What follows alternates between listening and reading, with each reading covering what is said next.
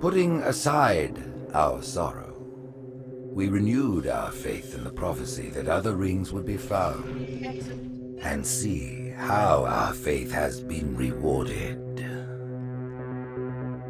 The Covenant used to be the main threat, and it was a MacGuffin in the original Halo series because the real threat was the Forerunner legacy and the Flood itself.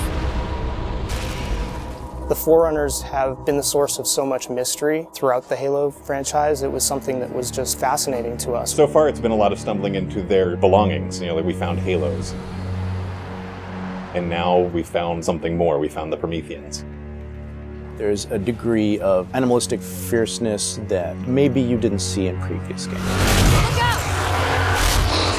The conditions and the context are what pit a hero and antagonist against each other. For this game, we're going to get to see a lot of complexity to their civilization. From their worldview, what they're doing has to make sense. Trying to figure out ways to tell that story without interfering with the shooting aspect of it has been a really challenging thing. We've gotten glimpses of this Forerunner presence that was kind of always there, open as to whether it would ever erupt. And it did. We're trying to really take game systems and manipulate them and give them emotional coloring and context. We wanted to create something that could stand alone and be an enemy that is just as challenging, just as engaging as the Covenant has been in the past for Halo. A lot of that initial discussion was around if you had this incredibly evolved race and they were well beyond humanity, the Covenant, what would that look like?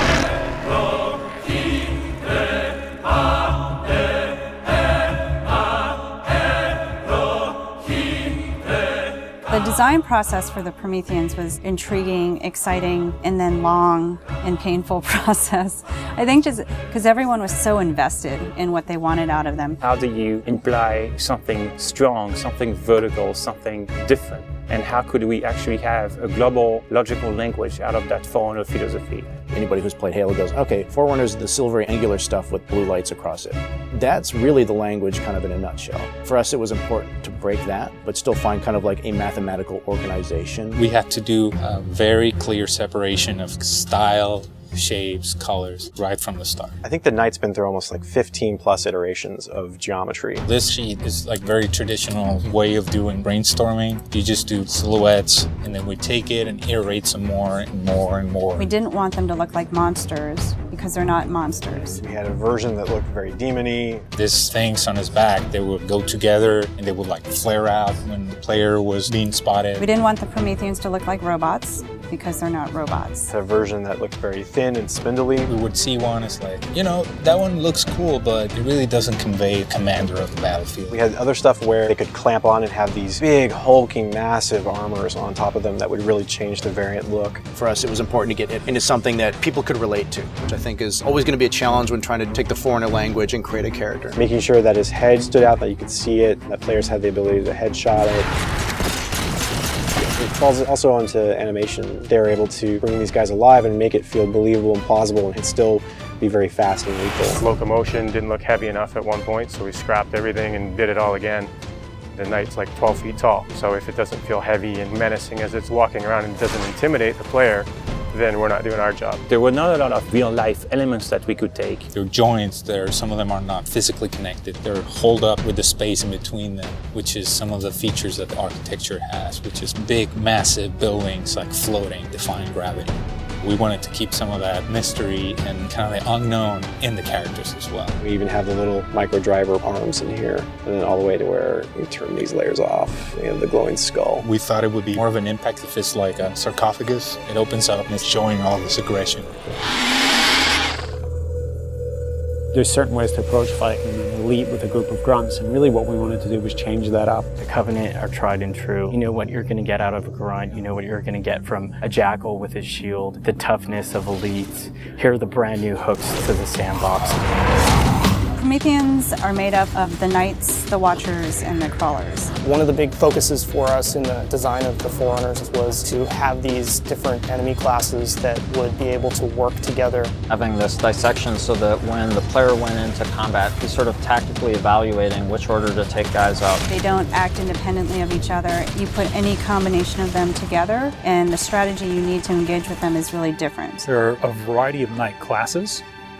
and each one of them is progressively more powerful. But your base knight actually starts just a little bit more powerful than an elite. But in addition to that, we wanted the knight to have his own set of traits and abilities. There's all kinds of these special features of each one of these characters that players haven't played in a Halo game before. You think about basic combat encounter design, a lot of the challenges designers face is how to introduce enemies. What would a Promethean do if it could bend time, space, form, matter? Knights can phase in out of anywhere. He's able to go where he needs to at any time, which is something the Covenant can't do. Heads up! Crawlers can walk on walls, walk on ceilings. If a knight shield bursts, crawlers will come rushing at you and try and like melee the player to get more aggressive. These certainly slot into that grunt style combatant. And so there was certainly a want to make sure that we can get a lot of them on screen. If you let too many of them get together, they become a really formidable force. One-off, super fun to take out all together. It's like a pack of feral dogs. Its mandibles, when it screams, will actually separate and float around in the air while it's howling. Animation added so much fresh behavior to this character. It's very exciting. The Watcher is definitely a support class. One of the things we wanted to do with the Forerunner characters was constantly have them mix up their tactics and make the player react to it. The Watcher is able to regenerate knights. One of the things we needed to do when the Watcher design was coming along was make sure that the Watcher would actually fit inside of the Knight. That bursts out and swap to the actual Watcher asset. The Watchers are aware if a knight's damaged, they'll protect them, they'll catch grenades, so they kind of coordinate their efforts. The Prometheans feel like the most advanced of the bunch. They're able to bring all of their technology and wisdom to the battlefield. With new enemy class comes new weapon class. We literally concepted probably 200 weapons for this game before we settled on the half a dozen that went in. It's kind of like you've got that balance between humans' model of what a weapon's like and the desire to want to try and make something crazy and futuristic. We tried coming up with this perfect mix of stuff that was still relatable. You would still identify a weapon as a rifle or a shotgun or a submachine gun, even though they're almost magical. The Forerunner Scattershot was probably the first one where we really nailed the design on it. Everybody loves the hinge action shotgun, so we tried doing something like that so that the reload animation would be to cock it up and the front half would smash together. Every time you pick up a Forerunner weapon, it forms in your hand. So that sort of kicked off the component of having these guns form around the player. So there's that moment of like, oh, what is this gun? What does it do? And then when it comes into shape, it's kind of immediately identifiable. What makes the Forerunner weapons distinct is that usually they have dual purpose. So for instance, from the bolt pistol, you can charge it up and have something that's equivalent to almost like a shotgun blast. In the case of the light rifle, we actually experimented with doing dual firing modes. We tried to make it so that it was the best of both worlds with a BR and a DMR. It works like the battle rifle when you're not scoped. That has a little spread, has a 3-shot burst, and it works like the DMR when you're scoped. So it's like a mini sniper rifle in a way. It actually changes to a different firing mode where the projectiles are stronger. One of the big things that we really focused on for them was making sure that the weapon doesn't just feel like a chunk of metal, but that it actually has glowing energy that's flowing through the gun, going down the barrel, so that everything is very full of life. The moment where all the Promethean effects really started to click the most was when we started showing the dissolve whenever you kill a knight. That was really when we started to feel, yes, this is something cool, this is something unique, and something that we haven't really seen before.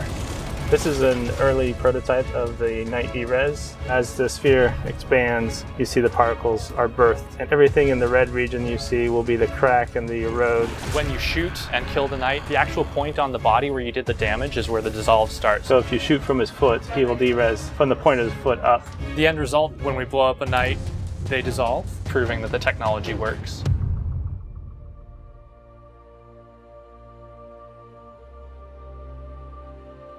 I look at the changes that we're making, and it really feels like we're making a sequel to Halo 3. And that's exactly what we're setting out to do. We have the Covenant from previous games. We have the UNSC. We had all these things to take from, like, all right, we can make a new take on this, but we had zero information to some of this Forerunner stuff. We're not just on a Halo, we're on a whole planet now.